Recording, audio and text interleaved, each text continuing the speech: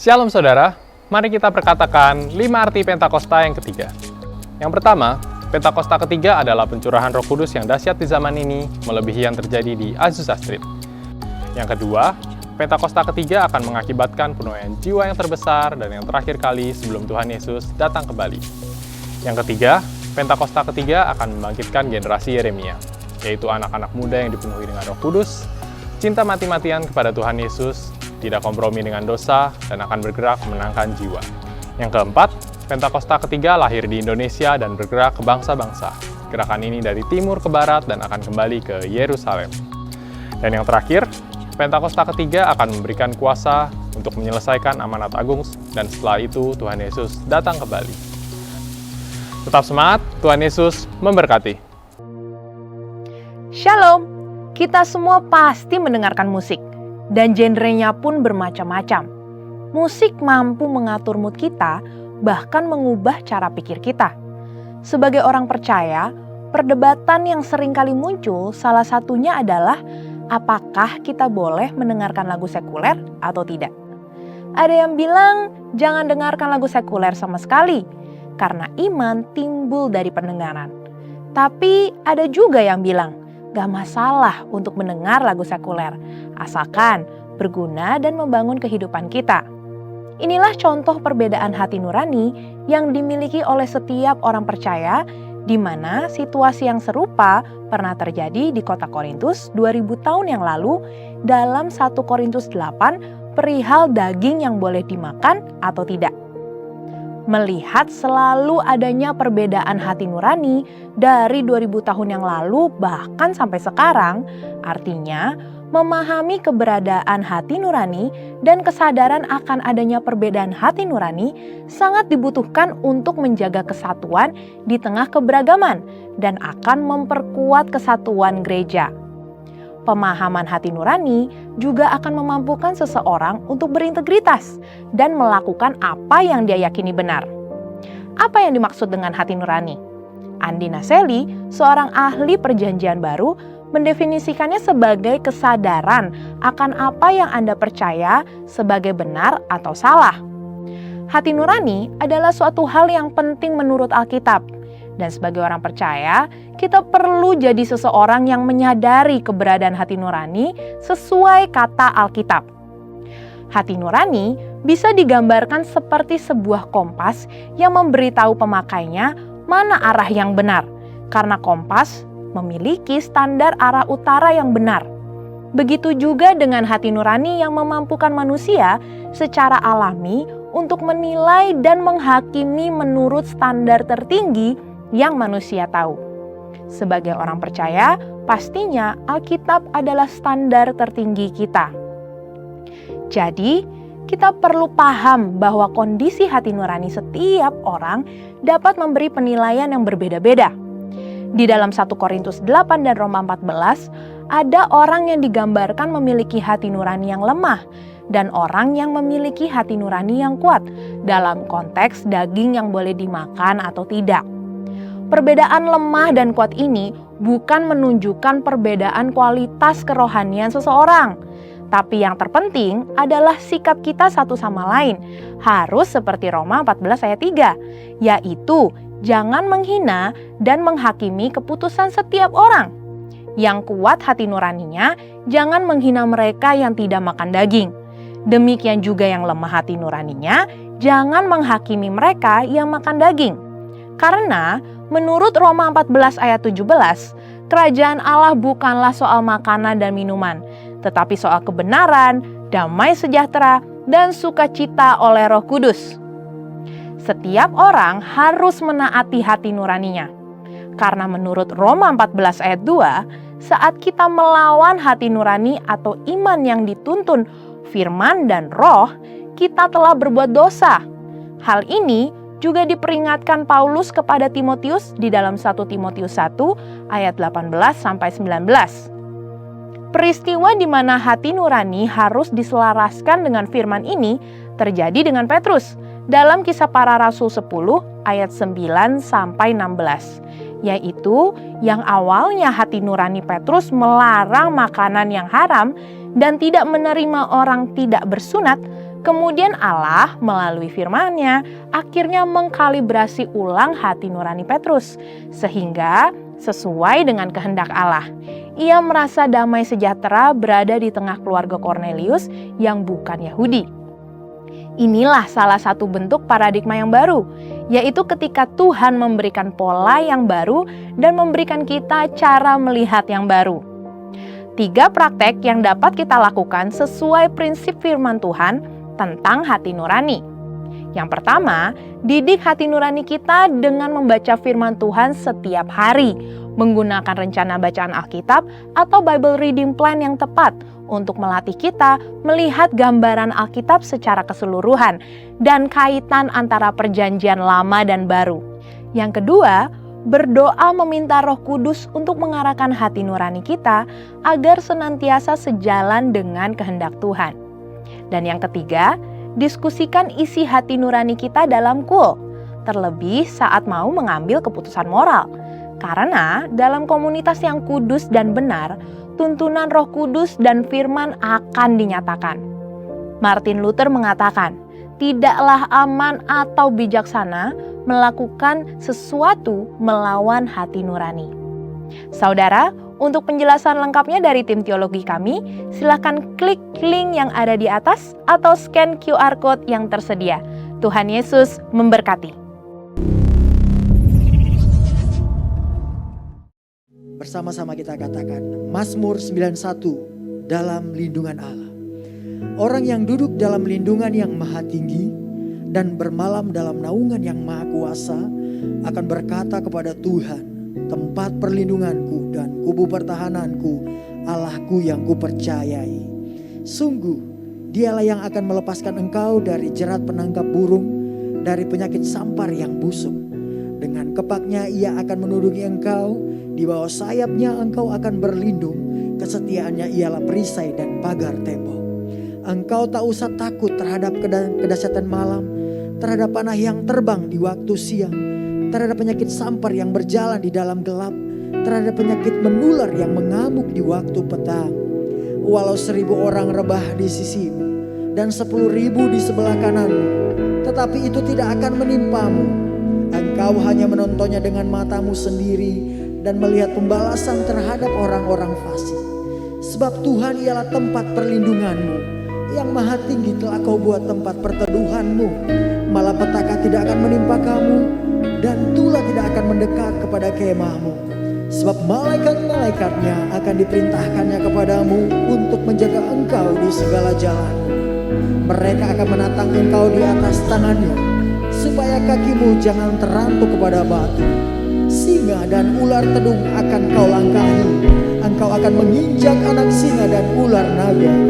Sungguh hatinya melekat kepadaku, maka aku akan meluputkannya. Aku akan membentenginya, sebab ia mengenal namaku. Bila ia berseru kepadaku, aku akan menjawab. Aku akan menyertai dia dalam kesesakan. Aku akan meluputkannya dan memuliakannya. Dengan panjang umur akan kukenyangkan dia, dan akan kuperlihatkan kepadanya keselamatan daripadaku. Yang percaya berikan kemuliaan bagi Tuhan. Yang percaya berikan sorak-sorai bagi Tuhan. Mari angkat tangan kita bersyukur kepada Tuhan atas janjinya, atas penyertaannya, atas perlindungannya, atas pemulihannya dalam hidup kita. Katakan terima kasih Tuhan. Kami bersyukur kepadamu. Engkaulah gembala kami yang baik. Engkau perisai kami. Kami bersyukur Tuhan. Perlindunganmu sempurna.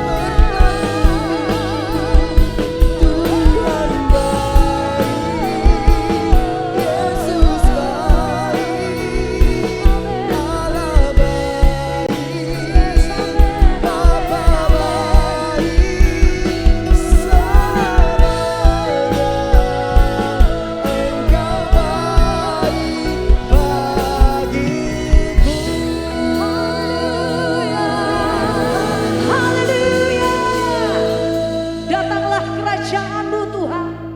Jadilah kehendak-Mu di tempat ini, sama seperti di surga. Bagimulah pujian, bagimulah hormat kemuliaan, sampai selama-lamanya. Yang percaya Tuhan dahsyat dan selalu ajaib, katakan amin. Haleluya, haleluya. Shalom Bapak Ibu Saudara. Berapa banyak dari Bapak Ibu Saudara di tempat ini yang sungguh percaya Tuhan kita dahsyat.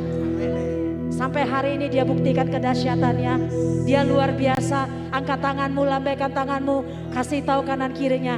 Terus alami kebaikan Tuhan. Terus alami kebaikan Tuhan, amin. Oleh karena itu saat ini kita akan bersama-sama satu hati bersorak bagi satu nama, yaitu Yesus Kristus Tuhan.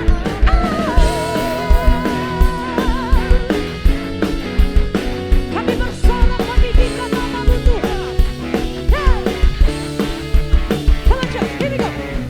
Bersorak-sorai, muliakan namanya, Dia berperang ganti kita. Semua tepuk tangan dong. Bertepuk tangan, muliakan namanya, keselamatan jiwa kita. Satu-satunya penebus, kalahkan malu, bangkitkan hidup. Tuhan yang memberi kemenangan bersama kita, di dalam kita. Segala kemuliaannya, Dia perlindungan dan pengharapan. Sorakan haleluya.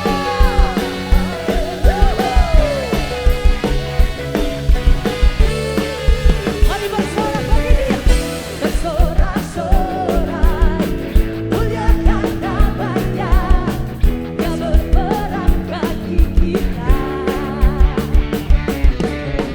Bertepuk tangan, muliakan namanya, keselamatan jiwa kita.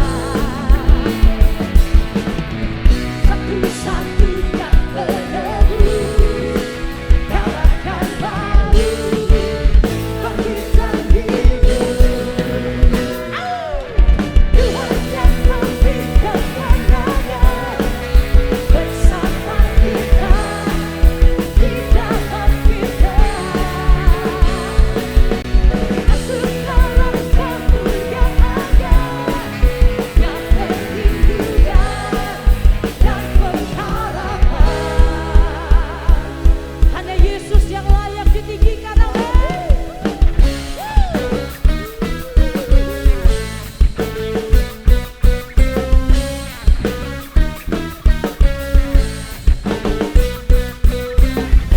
Satu nama yang ajaib, nama yang sanggup menyelamatkan, amin. Kita bersorak, kita tinggikan Dia. Here we go. Tuhan yang memberi kemenangan bersama kita, di dalam kita. Masuk dalam kemuliaannya, Dia perlindungan dan pengharapan. Dia perlindungan dan pengharapan. Dia perlindungan dan pengharapan. Haleluya. Sorakan haleluya.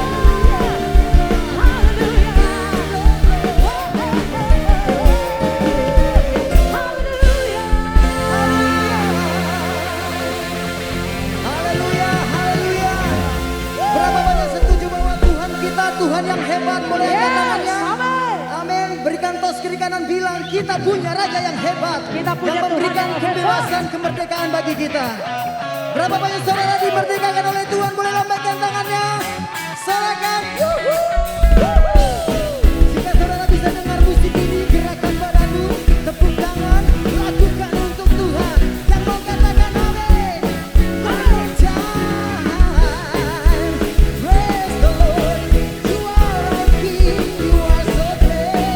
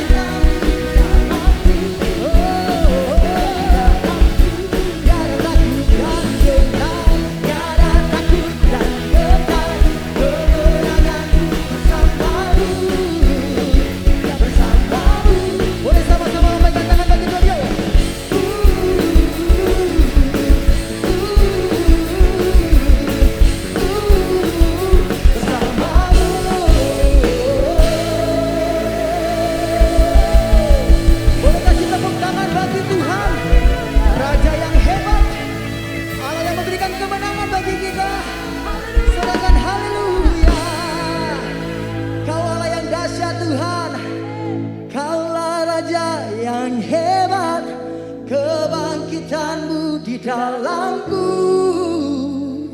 di dalamku. Tiada takut dan gentar, kemenanganku bersamamu, bersamamu. Boleh saudara saja katakan, Kaulah Raja yang hebat. Katakan, Kaulah Raja.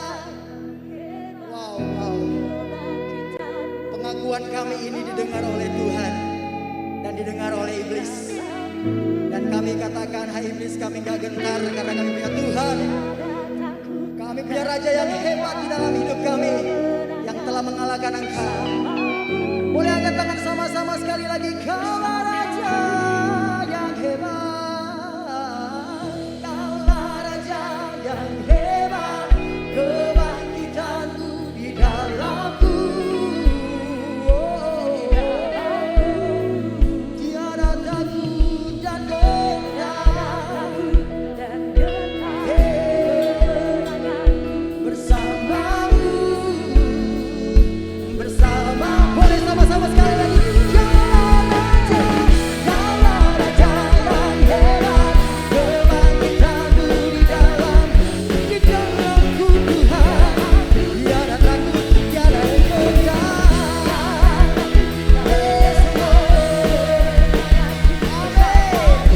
Yes, yang percaya kepada firman Tuhan, sama-sama katakan,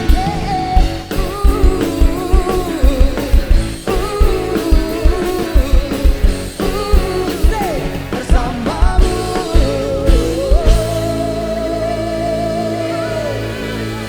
Mari berikan tepuk tangan lagi bagi Yesus Tuhan. Haleluya, haleluya.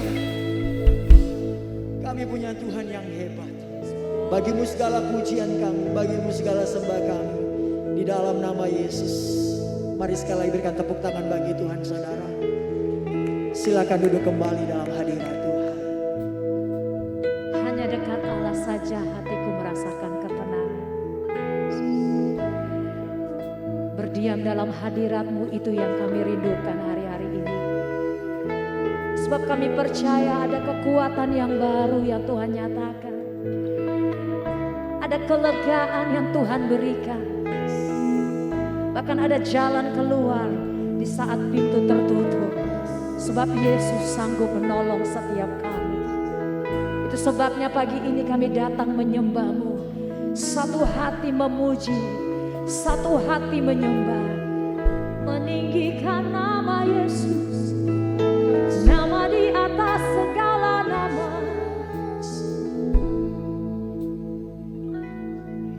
Yes, the world bow down and say you are God.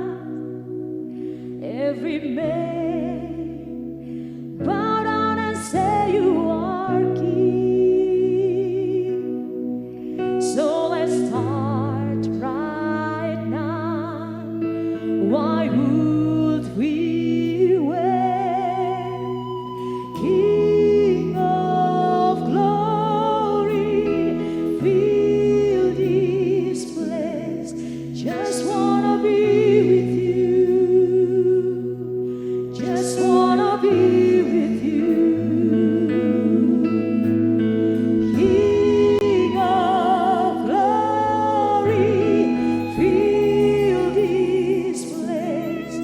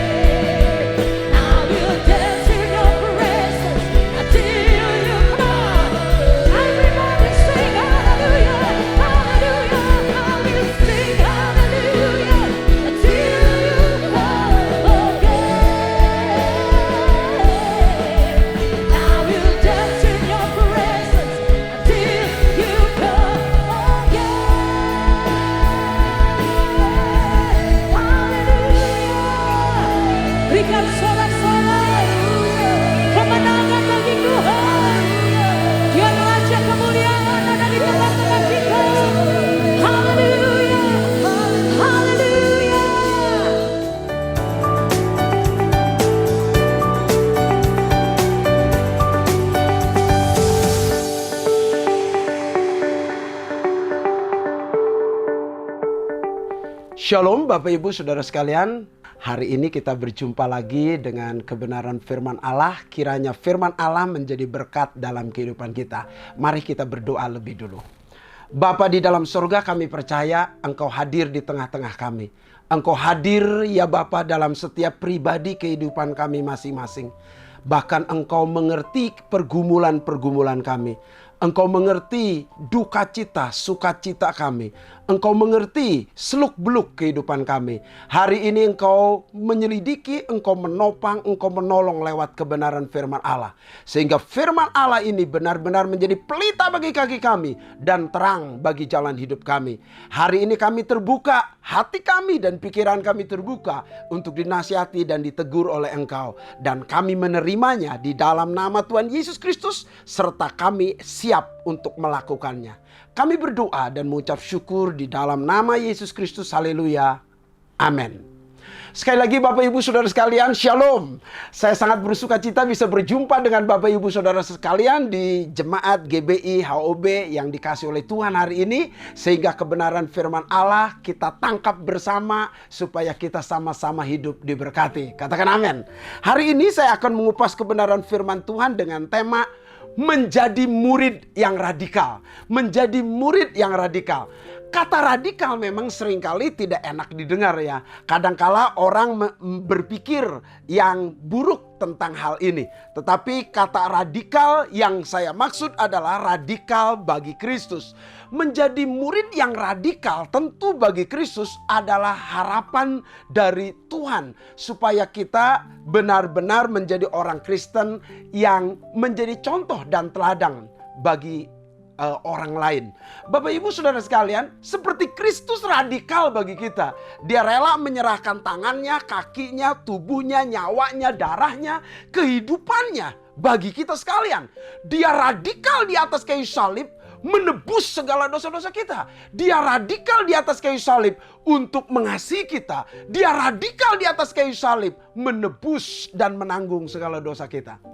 Nah, radikal di sini berarti rela menyerahkan nyawanya, rela menyerahkan hidupnya, rela menyerahkan masa depannya untuk Tuhan. Seperti Tuhan radikal bagi kita. Bapak Ibu Saudara sekalian, kalau kita ingat zaman dulu ada sebuah nyanyian mengatakan, Tuhan inilah hidupku, ku serahkan padamu segala cita-citaku, masa depanku menjadi milikmu. Wow, benarkah lagu itu kita nyanyikan? Belakangan ini lagu ini sudah jarang tidak dinyanyikan karena mengandung resiko yang sangat dalam. Menyerahkan hidup, menyerahkan segala cita-cita, program-program hidup kita kepada Tuhan. Wow, ini sesuatu yang luar biasa, saudara-saudara. Benarkah kita menyerahkan hidup kita, masa depan kita? Itu tandanya kita menjadi orang Kristen yang radikal. Artinya mencintai Allah lebih dari segala-galanya. Mencintai Allah lebih dari nyawa kita, lebih dari masa depan kita, lebih daripada yang kita harapkan atau kita inginkan. Kita mencintai Tuhan dengan segenap hati, segenap jiwa, segenap kekuatan, segenap akal budi kita. Itu radikal bagi Kristus. Keradikalan kita bagi Kristus, ini yang Allah kehendaki. Seperti Kristus sendiri sudah memberikan segala-galanya, kita pun harus radikal bagi Kristus. Kita harus rela memberikan cita-cita kita. Kita harus mencintai Allah lebih daripada mencintai cita-cita kita, hobi kita, harta kita, masa depan kita, bahkan nyawa kita, saudara-saudara. Hidup kita harus diserahkan kepada Tuhan. Bapak Ibu Saudara sekalian, hari ini kita belajar dari sebuah atau dari seorang yang bernama Stefanus. Saudara, ini adalah seorang murid awam dari kaum awam. Bagaimana dia radikal bagi Kristus. Keradikalan bagi Kristus yang dinyatakan lewat kehidupan Stefanus. Sampai Stefanus menyerahkan nyawanya dirajam menjadi martir bagi Tuhan, bagi Kristus. Saudara-saudara, ini sebuah contoh keradikalan yang sangat hebat sekali. Saudara-saudara, bagaimana bisa radikal bagi Kristus? Paling tidak ada 3 bagian penting mengapa seseorang bisa radikal bagi Kristus. Ya, yang pertama, Saya akan membacakan Kisah Para Rasul pasal 6 ayat yang keempat. Ya. Dan Alkitab katakan, dan supaya kami sendiri dapat memusatkan pikiran dalam doa dan pelayanan firman. Usul itu diterima baik oleh seluruh jemaat. Lalu mereka memilih Stefanus, seorang yang penuh iman dan Roh Kudus. Di dalam ayat yang kelima, pasal yang keenam ini, Alkitab mengatakan usul itu diterima baik oleh seluruh jemaat. Lalu mereka memilih Stefanus, seorang yang penuh iman. Itu syarat pertama. Orang bisa radikal kalau dia penuh iman. Yang kedua di sini dikatakan dia penuh dengan Roh Kudus. Itu syarat kedua. Yang ketiga, saudara-saudara, di dalam Kisah Para Rasul ini, pasal yang ke-7 ayat yang ke-54, saya akan baca sampai dengan ayat yang ke-60. Alkitab berkata demikian. Ketika anggota-anggota mahkamah itu mendengar seruan semuanya itu, sangat tertusuklah hati mereka. Maka mereka menyambutnya dengan kertakan gigi.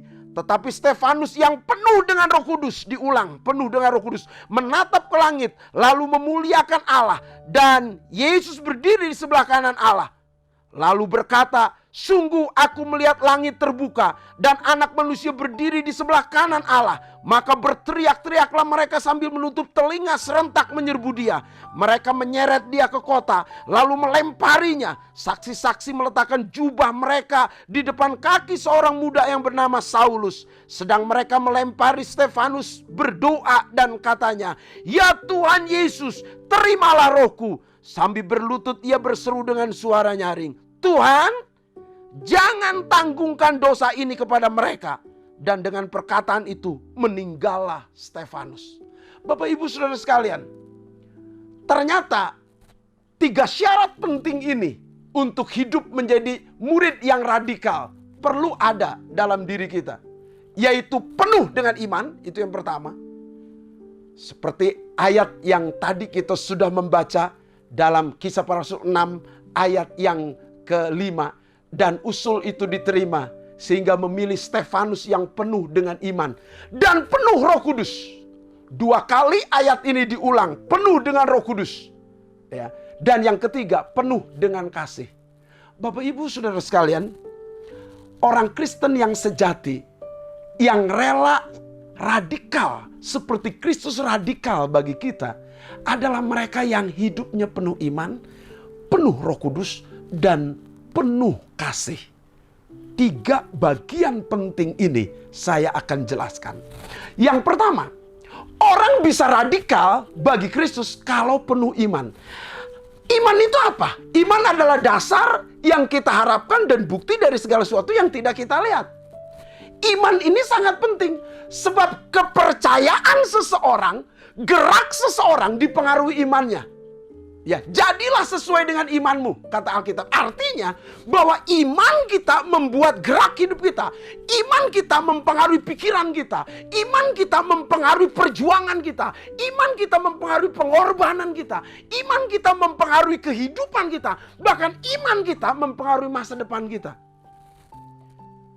Kalau kita melihat ya, orang-orang yang radikal dengan konsep agamanya, orang-orang yang radikal dengan konsep hidupnya, mereka bisa rela menyerahkan nyawanya, masang bom bunuh diri misalnya, dan demi apa yang dia percayai, dia rela mati loh. Padahal belum tentu benar itu. Orang dalam kekristenan, Kristus adalah yang benar-benar telah mati di atas kayu salib saja, berkorban bagi kita, belum tentu pengikutnya rela berkorban loh. Tapi pada doktrin-doktrin, ya saudara, orang-orang lain, doktrin-doktrin agama lain atau doktrin-doktrin dogma lain, saudara-saudara, itu sampai rela mati, rela menyerahkan nyawanya. Mengapa? Orang itu begitu dipengaruhi oleh apa yang dia imani, apa yang dia percayai. Dia rela melakukan apapun apa yang dia percayai. Kalau saudara percaya pada Kristus dan Kristus sudah mati bagi saudara. Kalau Kristus yang engkau percayai dan engkau sudah percaya bahwa Kristus adalah jalan satu-satunya. Engkau mempercayai bahwa Yesus adalah penolong satu-satunya. Dia adalah pembuat mujizat satu-satunya dalam hidup saudara. Dialah yang menyelamatkan satu-satunya di bawah kolong langit ini. Tidak ada nama lain yang diberikan kepada manusia yang olehnya kita dapat diselamatkan kecuali nama Yesus. Dan dia hanya satu-satunya jalan dalam kehidupan kita dan kehidupan manusia yang olehnya kita dapat diselamatkan masuk ke dalam kerajaan sorga. Kalau kita sudah tahu doktrin itu dan kita betul-betul pegang, tentu kita akan menjadi orang Kristen yang radikal. Sebab satu-satunya yang kuandalkan, satu-satunya juru selamat, satu-satunya penebus hanya Kristus. Tentunya kita menjadi orang yang harusnya radikal bagi Tuhan. Seperti Tuhan sudah radikal bagi kita, rela menyerahkan nyawanya demi menebus segala dosa kita. Kita harus mempercayai itu. Saudara-saudara, iman membuat seseorang menjadi radikal. Rela memberikan apa saja.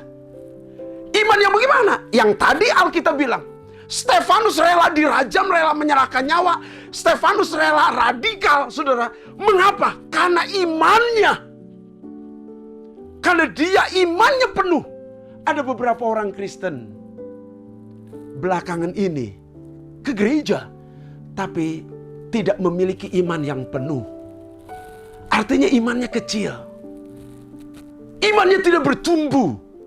Iman yang radikal itu iman yang penuh. Jika Bapak, Ibu, Saudara, dan saya memiliki iman yang penuh dengan iman, engkau pasti radikal. Tapi kalau hanya iman yang tanggung-tanggung, iman yang setengah-setengah, bagaimana Pak Apin iman yang tanggung-tanggung itu, iman yang setengah-setengah itu? Nih, banyak orang berdoa seperti ini. Tuhan, sangat berdoanya sangat semangat. Berdoa bagi orang sakit. Terima kasih Tuhan, pasti sembuh, pasti sembuh. 5 langkah setelah meninggalkan orang yang kita doakan, lalu hati kecil berkata, mati nih, mati ini. Ini berarti saudara, imannya bukan iman yang penuh. Iman yang penuh, iman yang bisa memindahkan gunung. Iman yang radikal bisa memindahkan gunung. Iman yang radikal bisa melakukan mujizat. Yang Alkitab katakan, bahwa barang siapa percaya kepadaku, ia akan melakukan pekerjaan-pekerjaan yang lebih besar daripada yang aku lakukan. Bahkan lebih besar daripada yang Yesus lakukan. Alkitab bilang, barang siapa percaya. Jadi iman adalah sebuah kendaraan untuk menjadi orang Kristen yang radikal untuk melakukan pekerjaan-pekerjaan besar bagi Tuhan.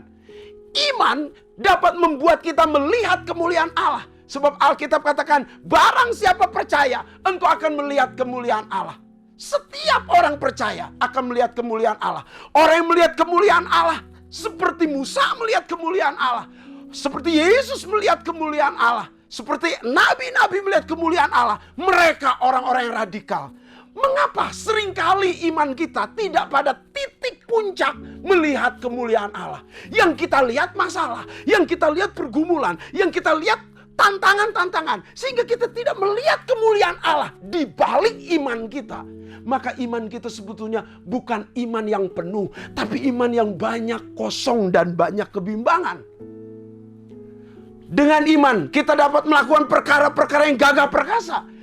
Dengan iman kita bisa melakukan pekerjaan-pekerjaan yang di luar logika. Dengan iman kita bisa melakukan hal-hal besar yang tidak mungkin menjadi mungkin. Orang-orang Kristen yang memiliki iman yang besar, dia akan rela melakukan apapun untuk Tuhan. Dan melakukan sesuatu yang tidak ada yang tidak mungkin. Tidak ada yang mustahil. Dia akan melakukan perkara-perkara yang luar biasa gagahnya. Bapak, Ibu, Saudara sekalian, Tuhan menghendaki kita menjadi orang Kristen yang memiliki iman yang besar.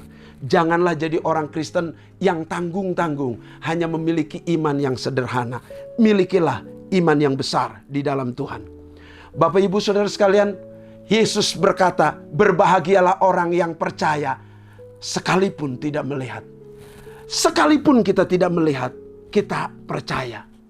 Karena memang iman adalah dasar dari segala sesuatu yang kita harapkan dan bukti dari segala sesuatu yang tidak kita lihat, Bapak, Ibu, Saudara sekalian. Dengan imanlah kita akan melihat mujizat-mujizat Allah. Tetapi dengan iman juga kita akan melihat perkara-perkara yang besar. Kita melakukan tanda-tanda ajaib dan mujizat-mujizat sebagai orang yang radikal bagi Kristus.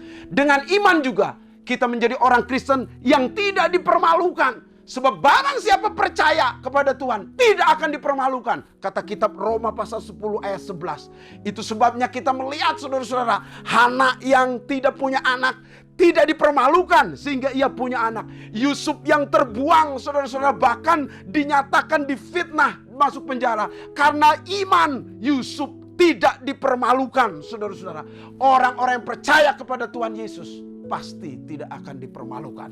Dengan iman orang percaya berkenan kepada Tuhan. Sebab Alkitab katakan dengan iman orang berkenan kepada Allah. Sebab tanpa iman kita tidak mungkin berkenan kepada Allah. Itu sebabnya Bapak Ibu Saudara sekalian, ayo perkuat iman kita, perbesar iman kita, percayai Allah sepenuh. Pada saat engkau melakukan seperti itu, engkau menjadi orang Kristen yang penuh dengan iman. Saat engkau penuh dengan iman, engkau tidak pernah akan dipermalukan. Engkau akan menjadi orang Kristen yang berkenan kepada Tuhan. Tetapi orang yang percaya kepada Tuhan, yang beriman, orang itu pasti melihat kemuliaan Allah. Saya berkali-kali berkata kepada Bapak Ibu Saudara sekalian, orang-orang yang hidup di dalam Tuhan pasti dia akan melihat kemuliaan Tuhan. Dan orang yang melihat kemuliaan Tuhan, dia tidak pernah saudara-saudara bisa terbayangkan atau tergantikan apapun.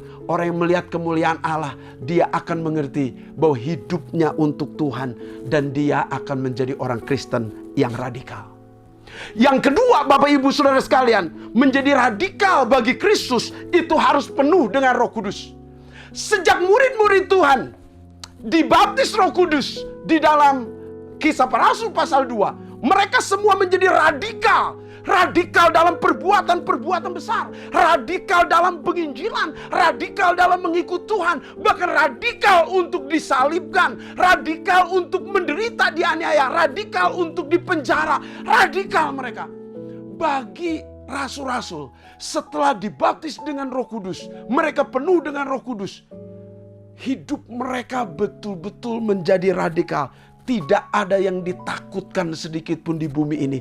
Dan mereka betul-betul radikal. Mereka melakukan pekerjaan-pekerjaan yang tidak mungkin menjadi mungkin. Mereka melakukan mujizat-mujizat, tanda-tanda ajaib. Mereka radikal bagi Tuhan.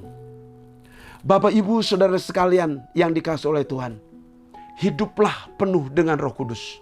Maka engkau akan menjadi orang Kristen yang memiliki kekuatan yang luar biasa di dalam Tuhan.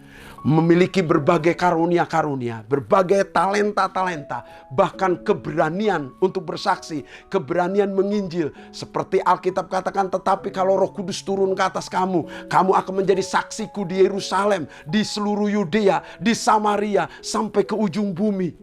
Bahkan saudara-saudara, di dalam Kisah Para Rasul dikisahkan setelah Petrus penuh dengan Roh Kudus, Petrus bisa berkhotbah. Dia memang tidak berpendidikan tinggi, hanya nelayan. Tetapi kalau Roh Kudus turun ke atas orang yang bodoh sekalipun, kalau penuh dengan Roh Kudus, maka ia akan mempermalukan orang-orang yang pintar. Bapak Ibu Saudara yang dikasihi oleh Tuhan, bukan berarti kita tidak harus berpendidikan, harus pintar. Orang bodoh bisa dipakai Allah. Apalagi orang pintar diserahkan pada Tuhan, tentu akan dipakai berkali-kali lipat. Dan saya menemukan orang-orang yang pintar dipakai oleh Tuhan akan dipakai secara luar biasa. Dan Stefanus, orang yang penuh dengan Roh Kudus, dipakai Allah secara luar biasa. Papin, pada saat Petrus dipenuhi oleh Roh Kudus, Petrus bukan hanya berkhotbah, melakukan mujizat, dipenjara, dianiaya, tidak menggoyahkan dia. Dia menjadi radikal. Saat Stefanus dipenuhi Roh Kudus, ia tidak takut pada ancaman, pada batu. Dia mau dirajam, diancam, dibunuh. Dia tidak takut apapun. Mengapa? Karena Stefanus seorang yang radikal bagi Kristus. Yang Alkitab katakan dalam ayat yang ketiga, yang ke-55, pasal yang ke-7 ayat 55 mengatakan, tetapi Stefanus yang penuh dengan Roh Kudus menatap ke langit, lalu melihat kemuliaan Allah, dan Yesus berdiri sebelah kanan Allah. Orang yang dipenuhi oleh Roh Kudus, sekalipun terancam, dia akan bisa menatap ke langit. Itu cirinya. Dia tahu fokus utamanya bukan masalah. Fokus utamanya bukan aniaya. Fokus utamanya bukan batu. Fokus utamanya bukan masalah dan pergumulan. Fokus utamanya Allah. Dan hidup kita harus fokus utamanya Allah. Dan itu bisa terjadi kalau orang itu penuh dengan Roh Kudus. Dia berfokus pada Allah, bukan pada masalah. Orang yang hidupnya penuh dengan Roh Kudus, dia fokus pada visi Allah, bukan fakta-fakta yang menggoncangkan dunia. Dia fokus pada mimpinya Tuhan, pada cita-citanya Allah. Itu orang-orang Kristen yang penuh dengan Roh Kudus. Bapak, Ibu, Saudara sekalian yang dikasihi oleh Tuhan. Orang-orang yang penuh dengan Roh Kudus, mereka akan berfokus pada solusi, bukan menyalahkan orang lain atau pribadi-pribadi. Stefanus tidak menyalahkan siapapun saat dia hendak diancam, dirajam. Dia tidak menyalahkan Tuhan. Dia tidak menyalahkan Saulus. Dia tidak menyalahkan orang-orang banyak. Bahkan dia mau mengampuni. Ini orang yang penuh dengan Roh Kudus. Mereka berfokus pada solusi, berfokus pada Allah, berfokus pada visi ilahi, bukan pada kepentingan pribadi. Ada banyak orang Kristen zaman sekarang berfokus pada kepentingan-kepentingan pribadi.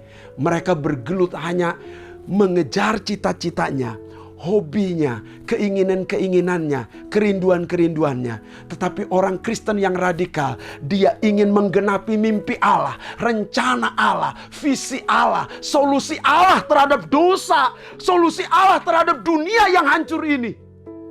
Dia fokus kepada Allah, bukan pada masalah. Saudara-saudara, itu sebabnya di tengah-tengah penderitaan, di tengah-tengah ancaman, di tengah-tengah kematian, Stefanus bisa memandang ke langit, melihat kemuliaan Allah. Bahkan dia melihat Allah atau Yesus berdiri, saudara-saudara, melihat ke bawah, hendak menolong.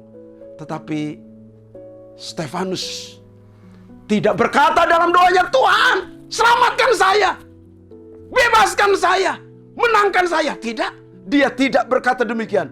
Melainkan dia betul-betul melihat, "Tuhan, saya serahkan rohku kepadamu." Sebuah penyerahan total.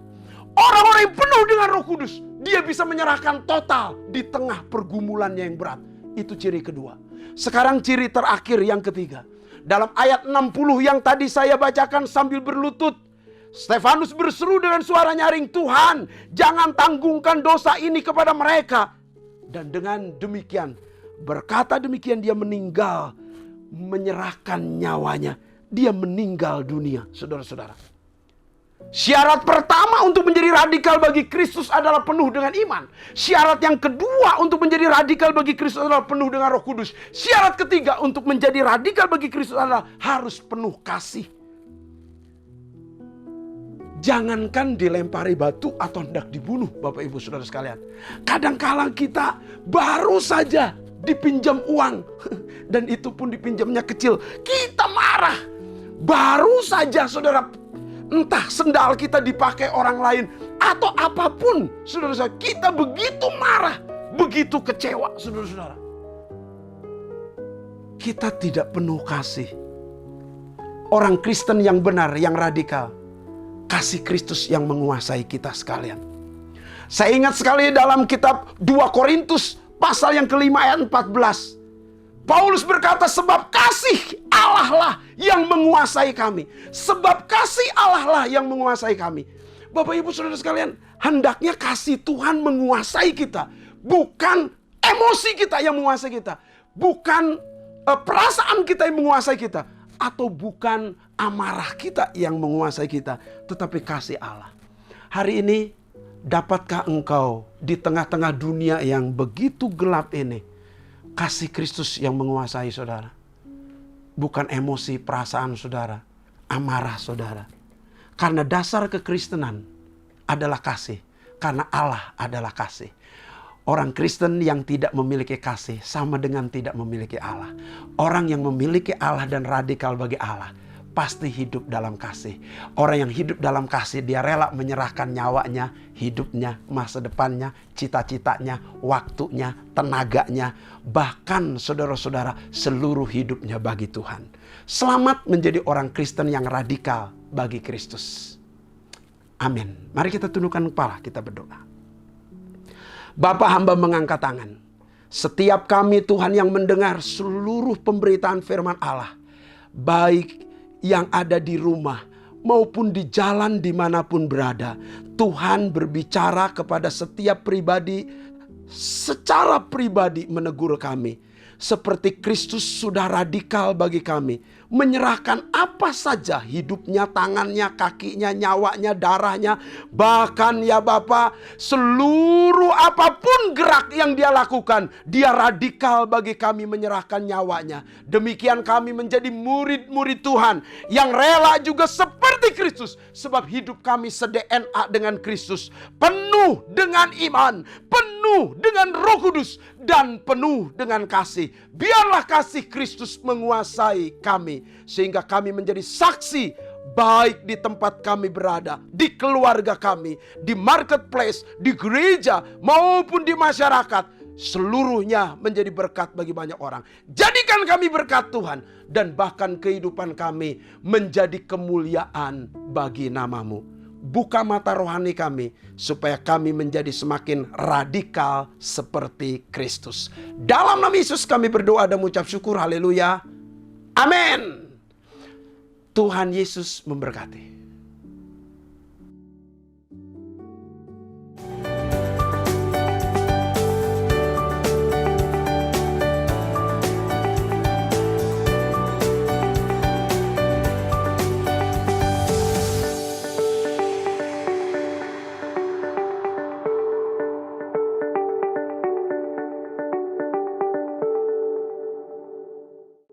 Mari kita terus kobarkan semangat untuk menjaga persatuan dan kesatuan bangsa Indonesia. Terus berkarya dan berprestasi untuk membawa Indonesia semakin maju. GBI Puri Indah mengucapkan Dirgahayu Republik Indonesia ke-77. Pulih lebih cepat, bangkit lebih kuat, merdeka! Hai Church, GBI Puri Indah bersama dengan Talenta Tour and Travel akan mengadakan perjalanan rohani ke Tanah Perjanjian di Israel. Perjalanan akan berlangsung selama 10 hari dari tanggal 20 Februari sampai 1 Maret 2023 bersama dengan Pastor Dio Gunawan. Untuk informasi lebih lanjut perihal biaya, persyaratan dan ketentuan lainnya dapat menghubungi nomor berikut ini: 0817 192 265. Tuhan Yesus memberkati. Shalom saudara sekalian, saya ingin mengajak kita semua untuk hadir dalam acara Encounter Worship with Jeremiah Generation. Apa sih ini? Ini adalah ibadah praise and worship dari jam 7:30 sampai jam 9:30 malam 31 Agustus di GBI Puri Indah Mall di zona G4 Merah. Dalam ibadah ini, mari bersama-sama kita alami hadirat Tuhan. Kita mau bersyafaat bersama-sama bagi pokok-pokok doa dari jemaat. Saudara bisa scan QR code yang ada di Instagram dan juga di layar ini. Saudara bisa scan dan kita akan mendoakan pokok-pokok doa dari jemaat bersama-sama. Karena kita percaya doa orang benar besar kuasanya. Mari kita nantikan hadirat Tuhan, kita minta terobosan dalam keluarga kita, dalam bisnis, dalam pelayanan, dan untuk gereja kita. Sampai jumpa di sana, Tuhan Yesus memberkati.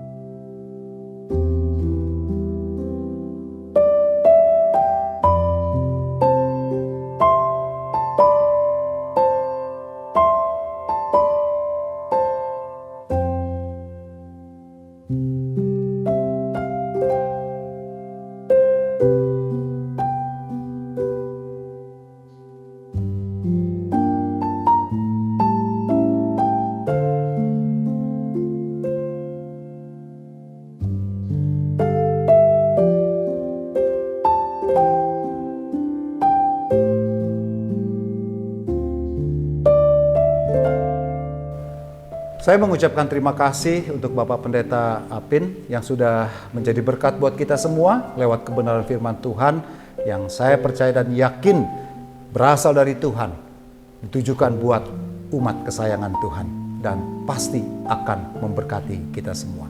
Yuk kita akan mengakhiri ibadah kita yang luar biasa dengan bangkit berdiri. Kita mau menerima berkat Tuhan. Buka hatimu, angkat kedua tanganmu, dan arahkan pikiranmu kepada Yesus Kristus. Dalam nama Bapa, Anak, dan Roh Kudus, umat pilihan Tuhan, jemaat yang dikasihi Tuhan, terimalah berkat damai dan sejahtera yang berlimpah, kasih sayang yang Tuhan tidak pernah berubah dalam hidupmu. Yakin dan percayalah penyertaan-Nya sempurna atas hidupmu. Apa saja yang tanganmu kerjakan, Tuhan buat jadi baik dan berhasil. Kemana kakimu melangkah, Tuhan menyertai engkau dan memberikan keberuntungannya atas hidupmu. Dalam pekerjaan, dalam karir, dalam pelayanan, dalam rumah tangga, dalam apa yang kau kerjakan, agar nama Tuhan Yesus Kristus yang dipermuliakan dan hidupmu jadi berkat buat banyak orang yang memerlukannya. Mulai hari ini sampai selamanya. Yang percaya, sama-sama yuk kita berkata, amin. Tuhan memberkati Bapak Ibu Saudara sekalian, tetap jaga kesehatan ya.